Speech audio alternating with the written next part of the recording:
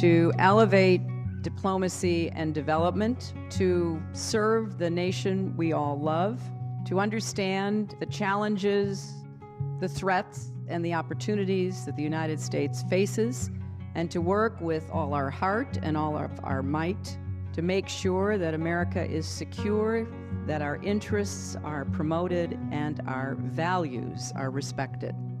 As I look back over these past 4 years, I am very proud of the work we have done together. I know that the world we are trying to help bring into being in the 21st century will have many difficult days. But I am more optimistic today than I was when I stood here 4 years ago, because I have seen day after day the many contributions that our diplomats and development experts are making to help ensure that this century provides the kind of peace, progress, and prosperity that not just the United States, but the entire world, especially young people, so richly deserve. I am very proud to have been Secretary of State. Those of you who are staying, as many of you will, please know that I hope you will redouble your efforts to do all that you can to demonstrate unequivocally why diplomacy and development are right up there with defense. How when we think about who we are as Americans, it's because we are united and committed across our government to do whatever is required to fulfill the missions we have assumed as public officials and public servants.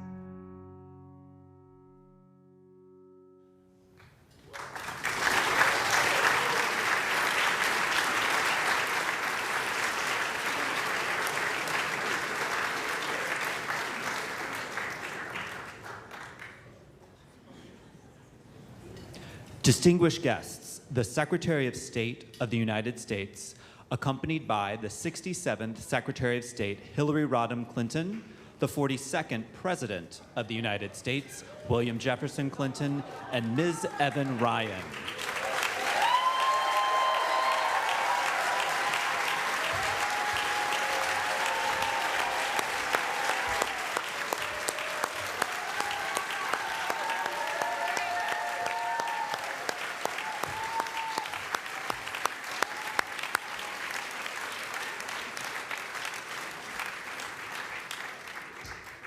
Good afternoon.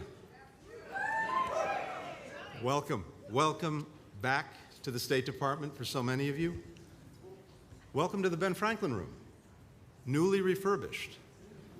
A lot went into this, and I think maybe a word about Ben Franklin before we get to today's event. As you all know, he was America's first diplomat, ambassador to France, negotiated our first treaty, charted the Gulf Stream, pioneered electricity, gave us our ethos of self-governance, and virtually none of that did he do while sober. So I leave it to you to draw any conclusions. Mr. President, all of our distinguished guests, welcome to the State Department. And to our guest of honor, Secretary Clinton, welcome home.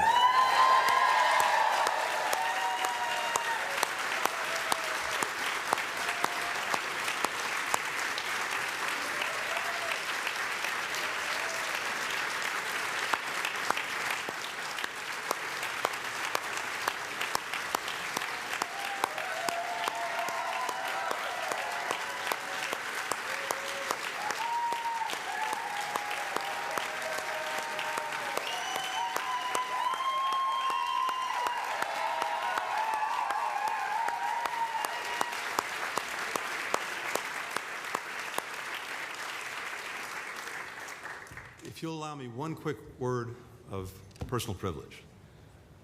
One of the great honors of my life was working for President Clinton. And quite simply put,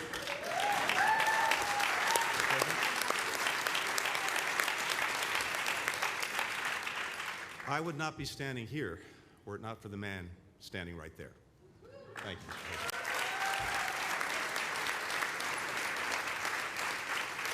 But to our guest of honor today, it is a joy to have you back at the State Department. And I'd say from looking around this modestly filled room, from listening to folks in my office, in the hallways of the department, throughout this entire building, I know that feeling is shared by members of your very big State Department family. I'd also like to welcome back members of your staff. This is a homecoming for each and every one of you, too. And thank you for being here today.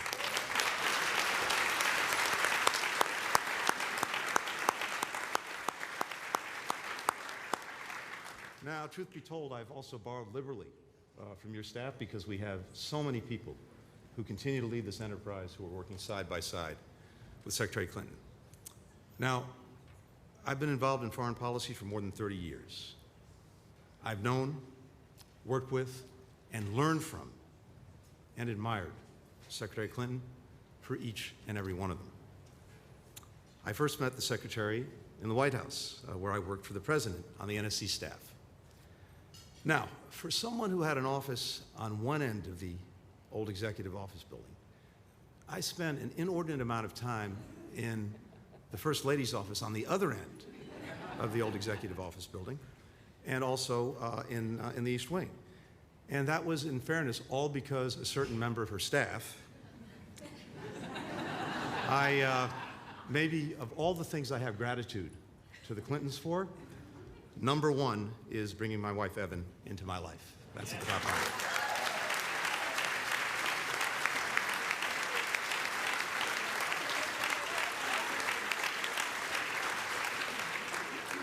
Now, as the Secretary knows very well, the walk to the Secretary's office on the 7th floor is a little bit awe-inspiring. It's a little bit humbling. You pass through the stately diplomatic reception rooms and then down that wood-paneled mahogany row, surrounded by portraits of our predecessors, most of them looking a little bit severe, many with some pretty imaginative facial hair, and all but 3 of them white men. Of course, it's what these secretaries did that is most humbling to those of us who followed in their footsteps. Some of them won our young republic its first friends and allies, helped our nation navigate world wars, negotiated treaties and peace agreements, charted the future of the international system and America's role in it. And now, beginning today, another secretary will join this esteemed group, a secretary who helped transform American diplomacy for the 21st century, Hillary Rodham Clinton.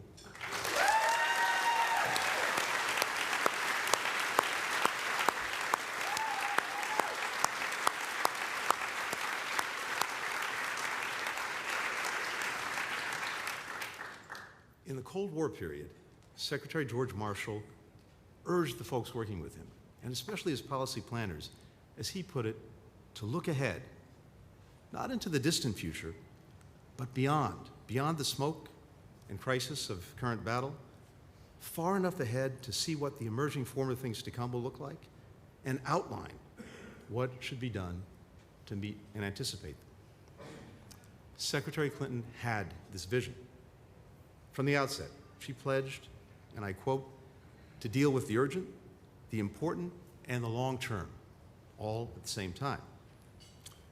That means managing day in, day out crises, which she did incredibly deftly, including by brokering a landmark ceasefire in the Middle East that saved lives and restored desperately needed stability. But it also meant pursuing an affirmative and principled vision for America's role in the world.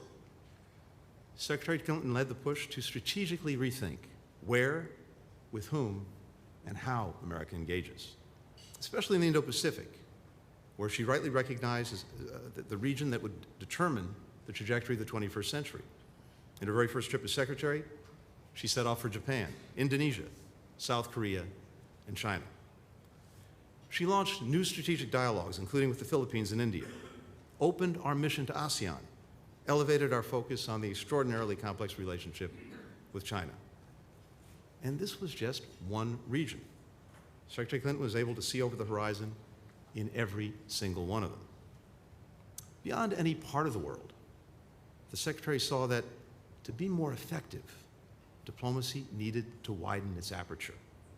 She recognized that the days of engaging primarily with governments were over, that shaping our diplomacy in a way that meets people where they are depends on our ability to listen, to learn, to hear them.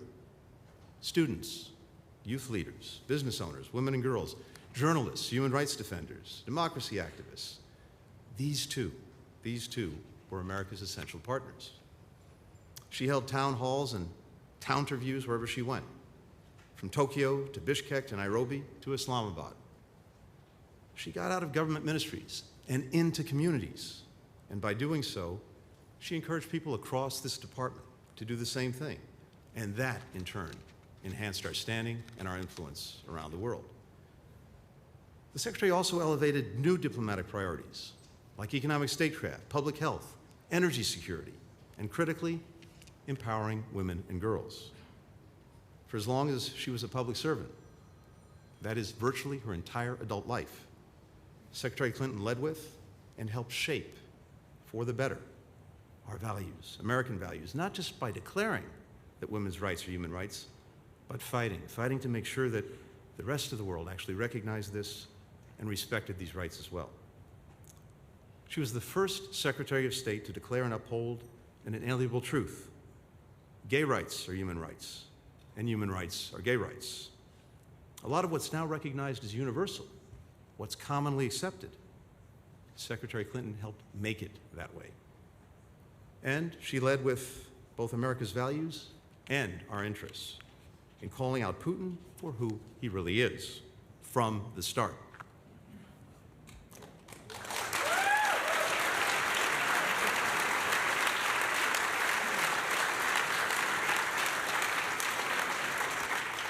To make sure that America could more effectively lead and drive global good in the world, Secretary Clinton modernized and updated how we actually do diplomacy. And she also invested in our single greatest asset, and that's our people. Secretary Colin Powell used to tell a story about a letter that he received on his very first day from the great strategist George Kennan. Kennan wrote that every Secretary of State has two jobs. One, to lead the government's foreign policy, and two, to lead the department. Secretary Clinton understood this innately and knew that both roles were essential and also mutually reinforcing. As she advanced our diplomacy around the world, she also worked tirelessly to support those who were conducting and aiding our diplomacy on the ground. She led by example, with good humor, and also with, I think, what's become a truly legendary work ethic. Now, some of you have seen the photographic evidence of this. Secretary Clinton rocking shades in the back of a C-17. Globetrotting to a modest 112 countries, at least by the official count. Brokering peace deals, negotiating sanctions, standing up to autocrats, all for days on end, running on little more than a breakfast burrito.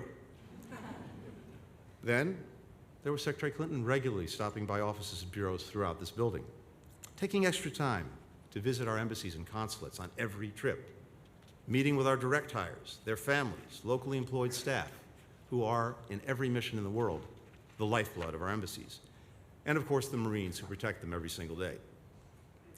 Supporting our people also means championing their work and ensuring that diplomacy plays its rightful role in our foreign policy and our engagement with the world. So the Secretary made sure that the State Department had a seat at the table in any major decision that was being made in the administration. She stood up for this building and the people in it, whether in a meeting with fellow cabinet members or during those occasional high-pressure briefings with the President in the Situation Room. She worked to boost morale and reinvigorate a sense of pride in our diplomacy. All of this made possible America's work to, as she always put it, help more people in more places live up to their God-given potential. Now, it's not always an easy job. There are risks that people can't see coming around the corner. A bee swarm in Malawi, a volcano eruption in Eritrea, an earthquake that shook everyone and everything, save for a sound-asleep Secretary of State. Tom Nides once gifted the Secretary an NFL helmet at a staff meeting. And I've got to say, if you still have it, I'd love to borrow it. But the Secretary managed all of this in incredibly high style. As she's fond of saying, like Ginger Rogers did, in heels, dancing backward.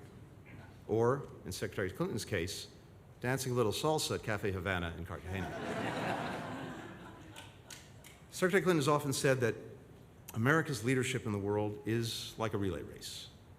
Presidents, secretaries, entire generations are handed the baton and asked to run a leg of the race, and then hand it off as best we can. Pass on the torch, pass on the relay to the next generation. Secretary Clinton, your leg of the race helped revitalize the power and the purpose of American diplomacy.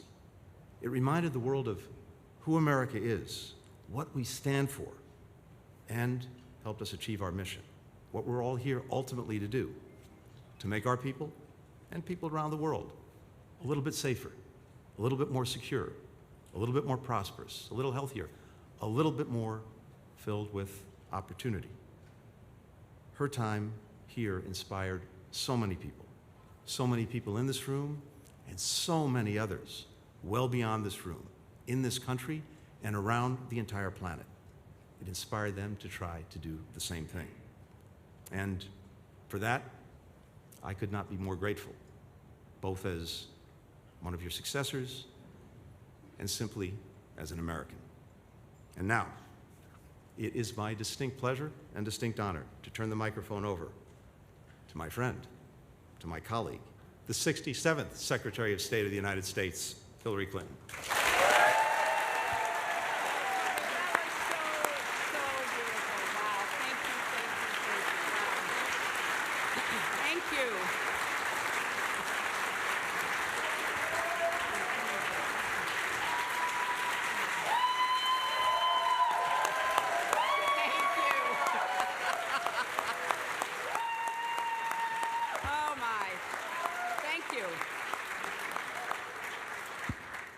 It is such a joy to be here with all of you and to be in this newly refurbished, incredible Ben Franklin room. We are the first people seeing it, and I am so excited to see how this will continue creating opportunities for people to come together, to work together in such a beautiful setting. Let me start by thanking Secretary Blinken. I am incredibly grateful to you for your leadership, the tremendous job you're doing on behalf of President Biden's foreign policy, the successes that you and your colleagues have obtained. It's truly remarkable. I think if we had been in this room in its former, much gloomier kind of look a couple years ago and talked about an invasion of Ukraine that instead of driving a stake between us and our allies, brought us closer together in order to support the right of the Ukrainian people to defend their liberty and freedom and democracy. People might have doubted that because we had burned so many bridges with our allies and our friends, so reinstating a foreign policy that plays to the best of American values, that puts our interests and security front and center, but does it in a way that actually brings people to us, not pushes them away, would have been thought to be extremely difficult. And indeed, it was, but it was accomplished.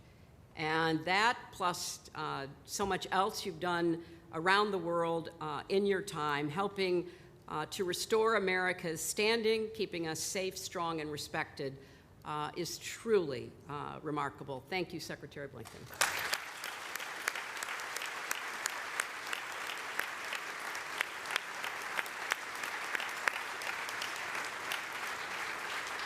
I also want to acknowledge Secretary John Kerry, who I see over there, my successor, and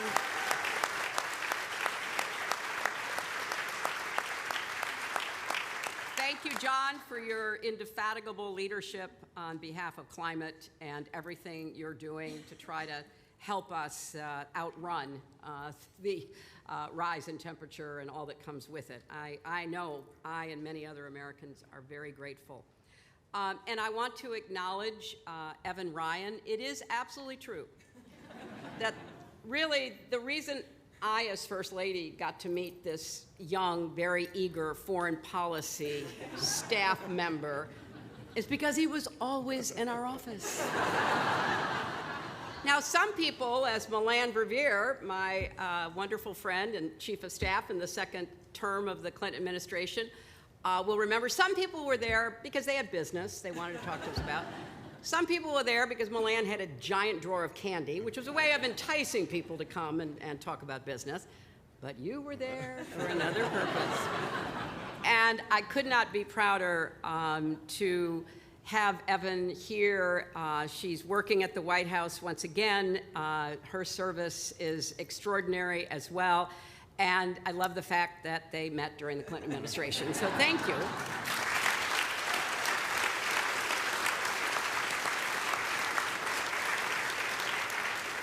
I'm also delighted that 42nd, as I call him around the house, is here. It always gets his attention.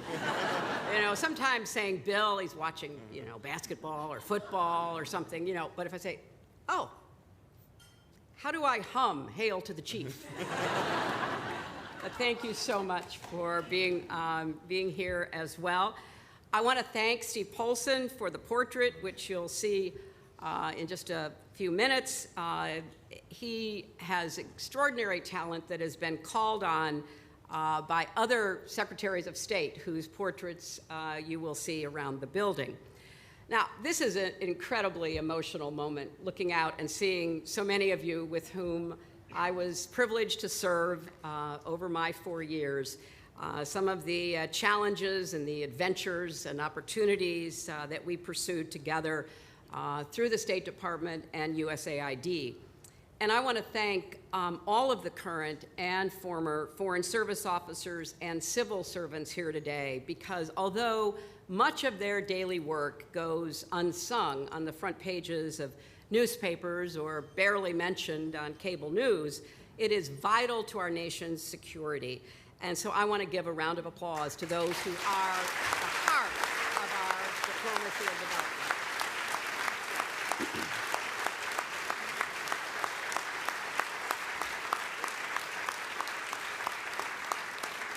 When I came into this building now 14 years ago, hard to believe, I knew there was something very special about this place, and that having the singular honor of leading the State Department and USAID would be an incredible, both personal and professional experience. I had no idea the level of talent and expertise that resides here in the building and across all of our embassies, consuls, and other outposts throughout the world. People who serve this country with 100% of their commitment, their intelligence, who bring every experience to bear on whatever the challenges might be. I am so grateful that I got to spend those 4 years crisscrossing the globe with many of you, endless miles traveled, oceans crossed in pursuit of peace, prosperity, and security.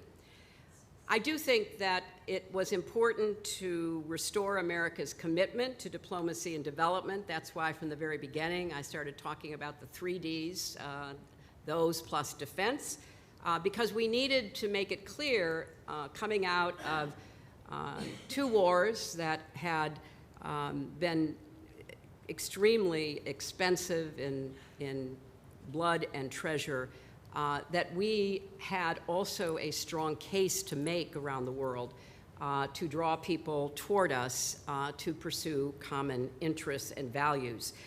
And I think, as the Secretary just said, we tried to do that by dealing with individual crises, of course, but also taking a longer-term view about where we wanted to be, what kind of world we wanted to create for our children and our grandchildren.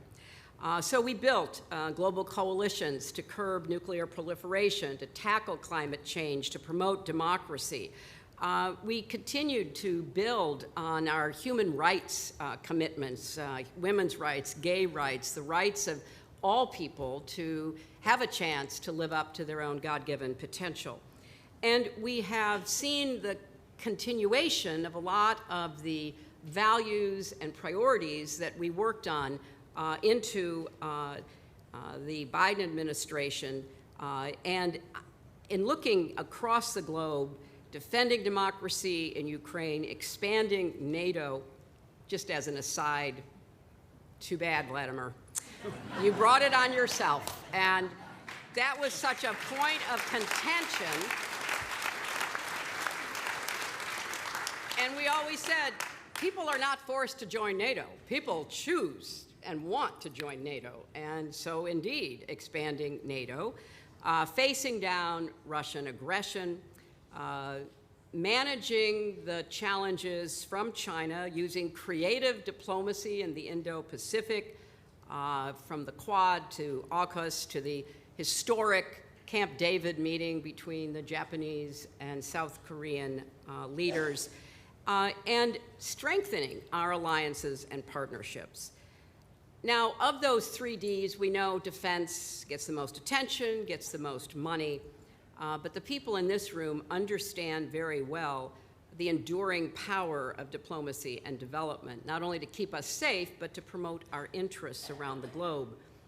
I am privileged right now to be teaching at Columbia University at the School of International Policy and Affairs, and co-teaching with the dean, who is an expert in international relations, particularly the theories that help explain why leaders make the decisions that they do. Our course is called Inside the Situation Room, and of course I use a lot of examples from American diplomacy and development in order to convey to students in this very large class what's possible besides aggression or responding to aggression. Now, everyone here is part of the tradition of diplomacy, which is as old as our country, as Ben Franklin is watching over us. I continue to call what we should be doing smart power, because it's better than the opposite. And I remember very well how the increase in applications to the Foreign Service started going up once President Obama took office. People want to serve our country. They even are willing to put themselves in harm's way without wearing a full military uniform and carrying an assault rifle. They want to be part of building a better world that the United States can help to shape. So there are no finer public servants than those who I was privileged to live with.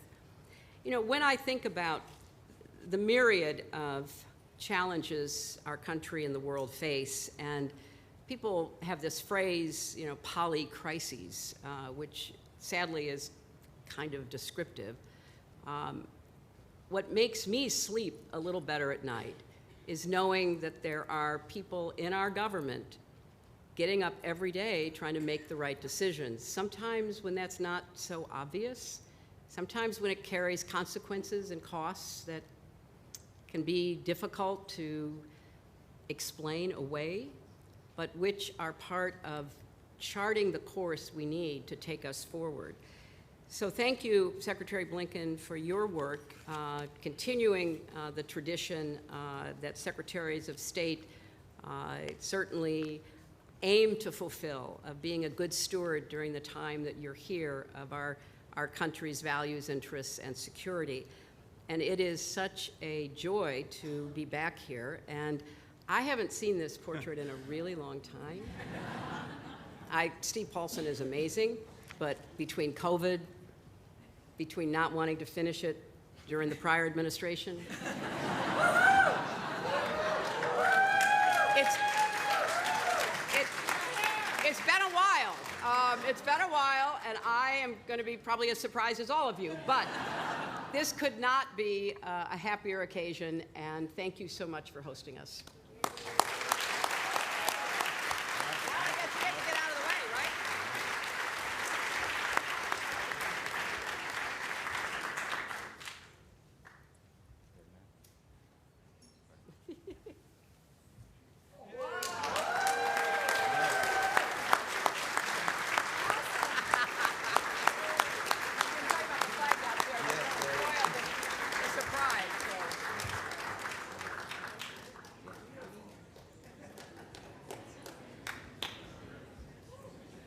was COVID. We couldn't get in the State Department. So what's the perennial symbol that we all stand for, right? It's beautiful. So what you